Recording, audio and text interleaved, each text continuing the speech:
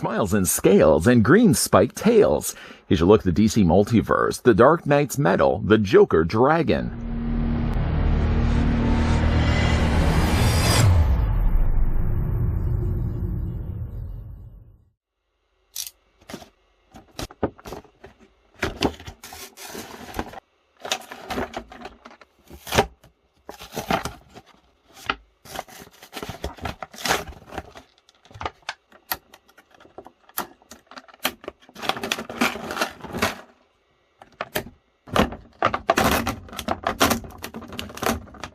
Nobody knows the exact origins of these beasts from the Dark Multiverse, but what is known is that they do the bidding of the Batman who laughs wherever they appear. During the invasion of Earth-Zero, the Bat God known as Barbados summons these great dragons to help the Dark Knights destroy the world, but they are ultimately defeated by Batman and his allies.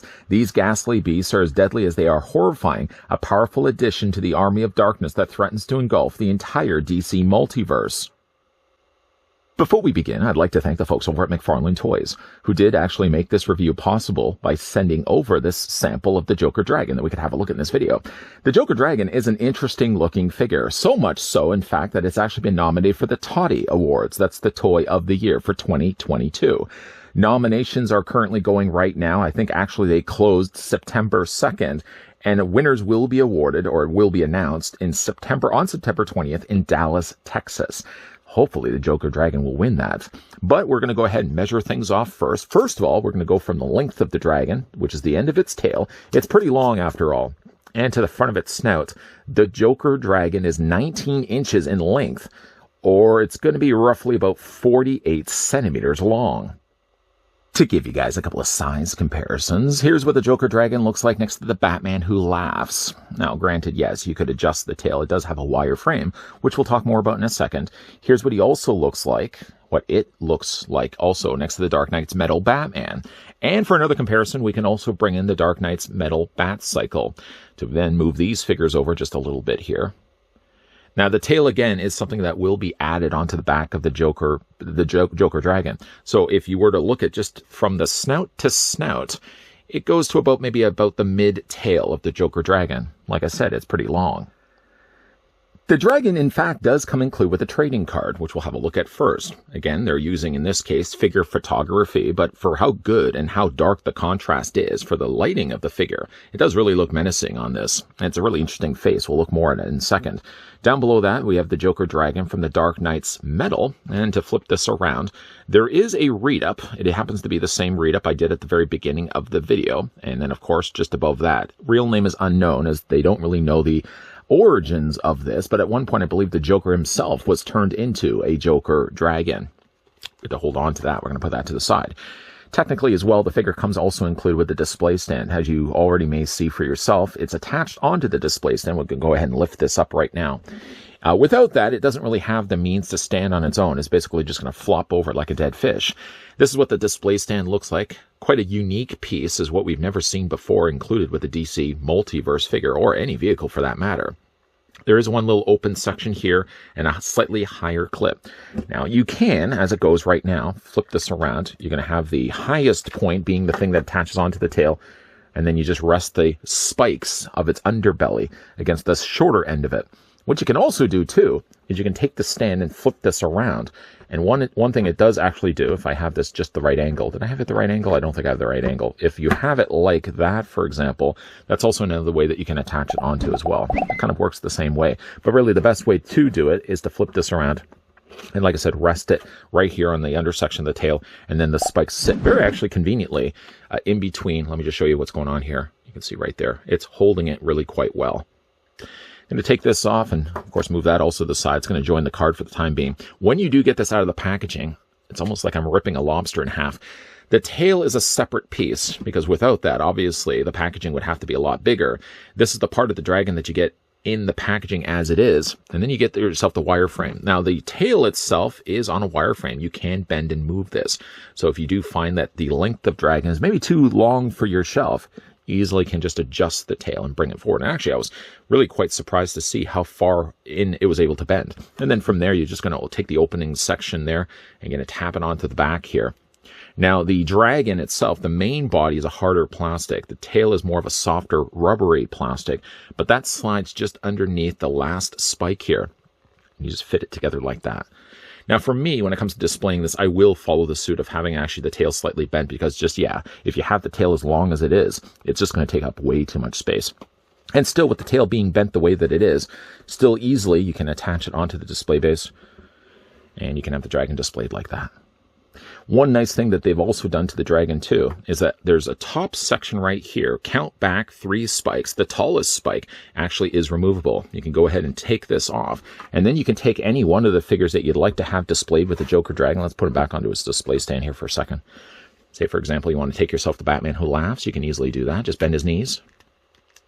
And he literally can saddle the Joker dragon. Granted, his trench coat is going to be a little bit longer and going to be getting in the way of things, but yes, you can actually have a figure riding the top of the dragon.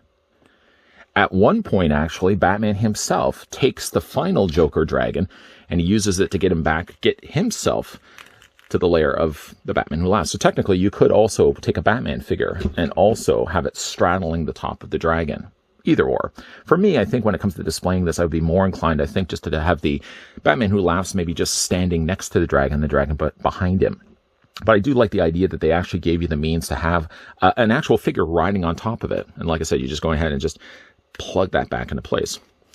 Let's go ahead and move back the stand back to the card where we had it going, where we had it before. Getting a closer look at the face here. This is an incredible looking figure, and I can certainly see why it made the Toddy nominations. You can see it does have some decently painted and not only teeth, the darker gums. I do also like the fact that the outlining of the lips here for the big smile is a lighter shade of red, so it doesn't blend too much in to the darker cranberry or darker burgundy on the inside mouth gums and tongue. The teeth aren't sharp, but they certainly are nicely painted here in kind of a more warmer gold yellow.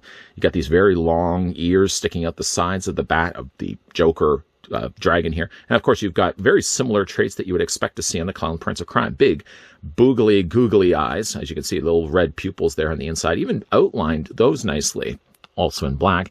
And a telltale sign of the Clown Prince of Crime is obviously the big locks of green, as it certainly has that also on the top there as well. Like, it does mimic a lot of the aspects and qualities that you would expect to see in the Joker himself. Now, I was actually nice to see that this actually did have articulation. Granted, though, on mine, unfortunately, it is a little more on the looser side. I might be able to actually go in there and tighten that up, tighten those joints up just a little bit by maybe adding a little bit of floor polish. But I did notice on mine, at least, even though I really plan to have it actually displayed with the mouth completely open, I might actually take though, a little bit of floor polish just to tighten that joint up just a little bit. As you can see, it's a little on the looser side. Love the sculpting of the face. The texturing to the skin is fantastic on this figure. And hopefully I'm doing this a proper service by giving you as close of a look to it as I possibly can. They've even gone the while of actually painting the darker sections of the nostrils. And again, they've really done a nice job of recessing those tennis ball eyes in a very dark black around that as well. Now, like I said, for the rest of it, it actually is just a very staction figure. This really represents only the bit of articulation that the figure actually does possess, if you don't technically count the wire-framed tail. You've got all these little scales there on the side that actually have nicely been touched with a little bit of red paint, and that's a nice little bit of sculpting. I actually, for a second thought that there may have been articulation here, but that would have really been impossible considering that the spikes already start here. There really wouldn't be a way to really move the neck back and forth. It almost seems like there is the case, but you can't move it back and forth. But all this nice sort of hard shell spikes that stick out really all across the spine. Starts at the top, kind of continues really the fashion of the green that they've started with the hair. And then you've got all the spikes that start right here, and they go all the way down to the end of the tail. And of course, they vary in size and shape. And again, they got some really interesting sculpting that they've done to the plastic itself. By adding also this wash of a darker green, it really helps to bring the details out on all the spikes. There's not really a whole lot of color happening here for the actual body itself. It seems more like just a kind of an off-white coloring. They probably could have added maybe like a darker gray now it's slightly down below here, but at least they've added the gray to the spikes on the bottom of the dragon's body. As I said already, the articulation for the dragon is quite limited because more so it's a showpiece than anything else. You're not really going to be going for creative looking poses. Although I kind of wish at one point they could have maybe put a little bit of articulation here in the torso section so that you could actually have shifted the torso back and forth just a little bit. But for the articulation, as we already discussed, the head is the only thing that does actually move. It is on a ball joint. You can actually see there's the post inside that sits inside the recessed section of the head. And again, like the head moves back and forth this way. So, I mean, like, it does a pretty good job, actually. You can take the head and move it angled this way.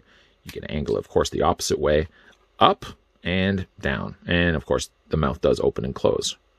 Then, of course, you have the wireframe that seems to actually start right around here. You can really feel like there's a good, strong joint in there, a strong actual post of metal that you can actually bend it. I wouldn't want to bend it too far for the risk that it could start splitting the plastic, but I mean, I think that's more than enough. That's really more than enough to have it displayed. And once again, for the purpose of displaying it, bring back in the display stand. I'm glad to see that they did actually use a display stand, because in a case like this, it would be really disappointing, wouldn't it, to get such a cool looking dragon like this and then be putting it on a shelf and then immediately just flopping over like a dead fish. At least by including the clear acrylic display stand, you can have the dragon in a more interesting, at least upright pose. And then from there, you can go ahead and add the Batman Who Laughs. This is certainly going to be the way I think I'm going to be displaying this on my shelf. I might even consider getting more than one Joker dragon. I mean, really, in the comics, too, there was multiple Joker dragons. I do also like, the touches I mentioned already, the fact that you can take the spike off to the top, and you can actually even have the Joker, the Batman Who Laughs, riding the Joker dragon if you want to. Or again, you can also take the Cape Crusader, claiming that one final Joker dragon, and have that displayed also in your collection as well. Why am I all of a sudden getting the Sebastian Falcor vibes from Neverending Story with the way I've got these figures displayed? By the way, I do actually have the Cape Crusader displayed on top of the back of the Joker dragon here as we wrap things up. I have done slightly things differently when it comes to the display stand. The display stand, you really should have the dragon attached in both those points, but I actually have noticed that if you take the spike and have it on the highest point of the stand, you can kind of give a more angled look to the dragon. Not long term, mind you, but it's just something I certainly wanted to show you guys here in final looks. A nice touch on their part, McFarlane's team that is, that they had a spike removable. So it does make for a makeshift saddle if you did want to take either a Batman figure or the Joker, the Batman Who Laughs, and have it riding on the back of the Joker dragon. Now, this one was a nomination over on Toddy, the Toy of the Year Awards for 2022. I think we actually will find out the winners on September 20th, 2022, and I hope to have the video up long, obviously, before that. I hope the dragon does win. I mean, it's not as superposable as maybe what I would have hoped. Maybe they could have added some additional articulation in the mid-torso, but it's a very colorful, very cool, very interesting sculpted dragon. And I love the idea that they actually had the mouth be something I could open and close. Mine's a little on the loose side, but it's not something that's going to be a deal breaker at all. In fact, for me displaying the dragon, I'm going to be displaying with his mouth open anyways. So having a slightly loose jaw doesn't bother me in the slightest. Again, it's a great looking sculpted figure, really long on the tail too. So thank goodness they actually found the means to add a wireframe built into the tail so you can actually curve it around and not have it completely straight. Again, a big thank you, though, to the folks over at McFarlane Toys that did provide the sample of the new Joker dragon that we can have a look at in this video. Have you had yet the chance to pick up this figure? And if you have, let me know down below in the comments section what you guys think of it. Also, if you enjoyed this video, why not hit it with a like? If you're loving the content you're seeing and certainly want to stick around for more, then make sure you hit the subscribe button down below and turn on the bell notification. While we have wrapped up things right now for the Dark Knight's Metal Joker Dragon, there will be definitely more DC Multiverse reviews coming your way. And as always, thanks for watching. See you guys next time.